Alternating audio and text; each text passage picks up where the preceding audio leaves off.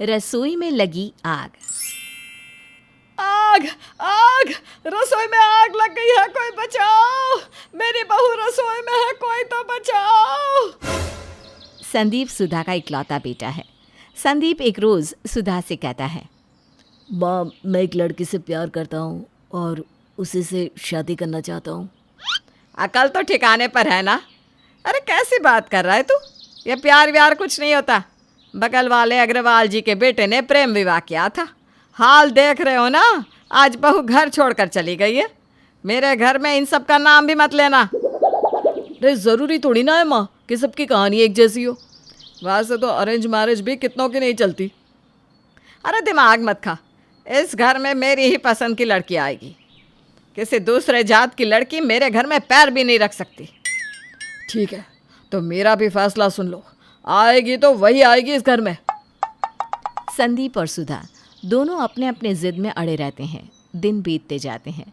संदीप की उम्र भी शादी के लिए ज़्यादा हो जाती है और एक दिन संदीप प्रीति से कोर्ट मैरिज करके उसे सुधा के सामने लाकर खड़ा कर देता है। माँ, यह है तुम्हारी बहू और मेरी पत्नी प्रीति। ये तेरी पत्नी होगी, लेकिन इस घर की बहू कभी नहीं बन सकती। जिस तरह से लाए हो उसी तरह से इसे वापस भेज दो।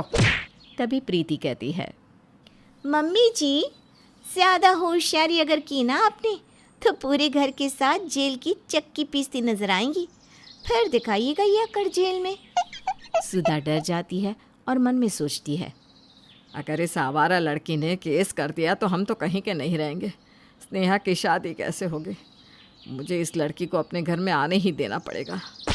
सुधा प्रीति को आशीर्वाद देती है और प्रीति बहू के रूप में सुधा के घर आ जाती है। अगले दिन प्रीति खाना बनाती है और सब बहुत ही शौक से उसका बनाया खाना खाते हैं। बहू, खाना तो बहुत टेस्टी बना है। होटल जाने की ज़रूरत नहीं पड़ेगी अब संदीप को। हाँ पापा, भले ही भाभी अपनी जात की नहीं है, लेकिन उन्हें अपने तौर तरीके सब पता है। वैसे खाना ना बहुत अच्छा बना है। एक दिन मैं भी अपनी कुछ सहेलियों को घर बुलवाऊंगी, उन्हें भी भैया की शादी की पार्टी चाहिए। हाँ हाँ दीदी, क्यों नहीं, जब बोलोगी मैं खाना तैयार कर दूंगी। सुधा प्रीति को मुंह दिखाए के साथ साथ पहली रसोई का नेक भी देती है। दिन बीतने लगते हैं। सुधा और प्रीति में सब अच्छा चलता है। सुधा कहीं भी प्रीति के बिना नहीं जाती और प्रीति भी सुधा से पूछे बिना कुछ नहीं करती।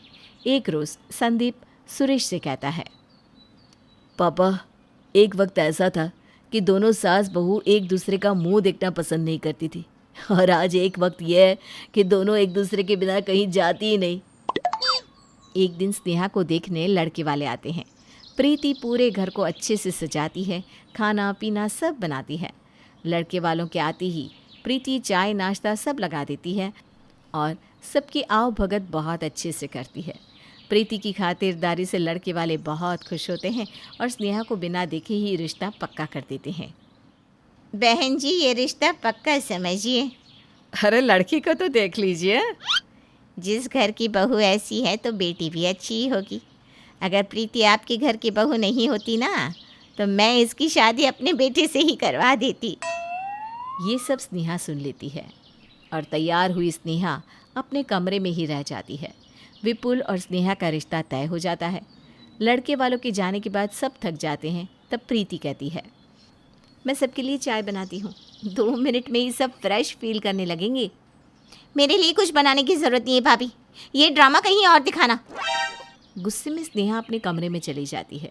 प्रीति रसोई में चाय बना रही थी, तभी अचानक उसके पल्लू में आग लग जाती है। बचाओ बचाओ, आग आग।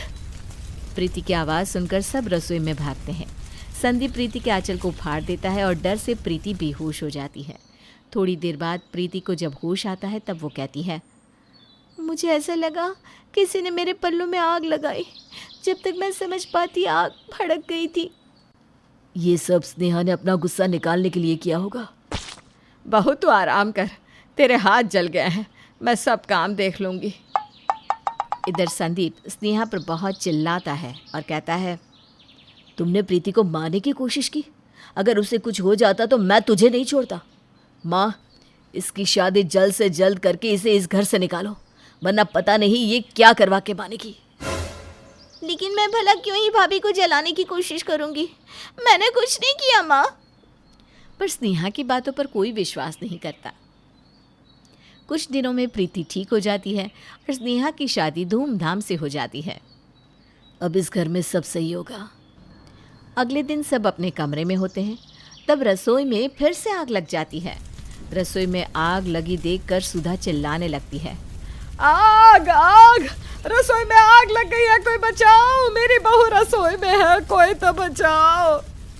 देखते ही देखते आग की लपटें इतनी बढ़ जाती है कि किसी का भी रसोई में घुस पाना नामुमकिन हो जाता है। सुधा की आवाज़ से अगल बगल के लोग भी वहाँ आ जाते हैं और सभी बाल्टी भर के पानी मारने लगते हैं। अब क्या होगा, मेरी एक ही बहू थी जो आग के हवाले चली गई। संदीप अपने होश खो बैठता है और रोते हुए रसोई में घुसने लगता है। प्रीति, प्रीति, मैं तुम्हें कुछ नहीं होने दूंगा। दिमाग तो ठिकाना है ना इसका? अरे इतनी आग में तुम भी जल जाओगे।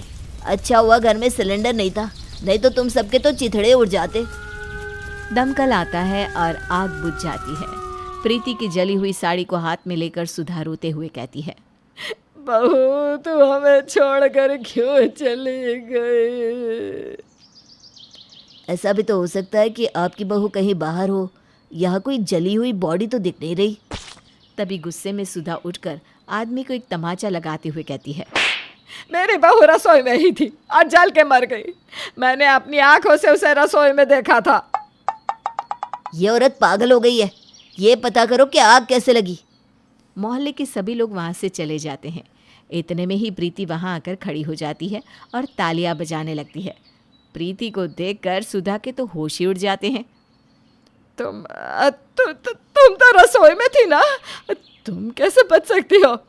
मम्मी जी, आपने बखूबी साजिश की मुझे मारने की, लेकिन मैं बच गई। ये क्या कह रही हो तुम?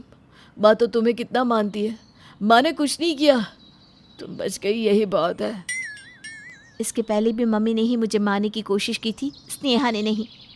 सुधा प्रीति का गला दबाने लगती है। नहीं छोड़ूंगी मैं तुम्हें। मेरे घर को तुमने बर्बाद किया है, मेरे बेटे को अपने बस में कर लिया है। संदीप सुधा को प्रीति से दूर करता है। माँ, ये क्या कर रही हो तुम? मैंने सोचा था इसके मरते ही सब सही हो जाएगा। इतने दिनों से मैं इसे तुम्हारे कारण झेल रही थी। मैंने देखा कि प्रीति रसोई में सफाई कर रही है, तभी मैंने दहलीज पर पेट्रोल डालकर आग लगा दी। इतने दिनों से एक्टिंग कर करके थक गई थी मैं। प्रीति मर भी जाती और मेरी एक्टिंग के कारण किसी को मुझ पर शक भी नहीं होता। शक तो मुझे आप पर उसी वक्त हो गया था जब मैं पहली बार जली थी, और तब से मैं आप पर नज़र रख रही हूँ। आपने जैसे ही आज मुझे रसोई में देखा और मुस्कुराई, मैं समझ गई थी कि कुछ करने वाली हैं आप। मैं तुरंत ही वहाँ पर अपनी एक साड़ी रखकर निकल गई। माँ, तुम इतना गिर जाओगी, मैंने सोचा नहीं था। अब मैं यहाँ 1 मिनट भी नहीं रहूँगा। आपको आपकी ये सोसाइटी और जात मुबारक हो। संदीप और प्रीति सुधा के घर को छोड़कर निकल जाते हैं और सुधा रोती बिलखती रह जाती है।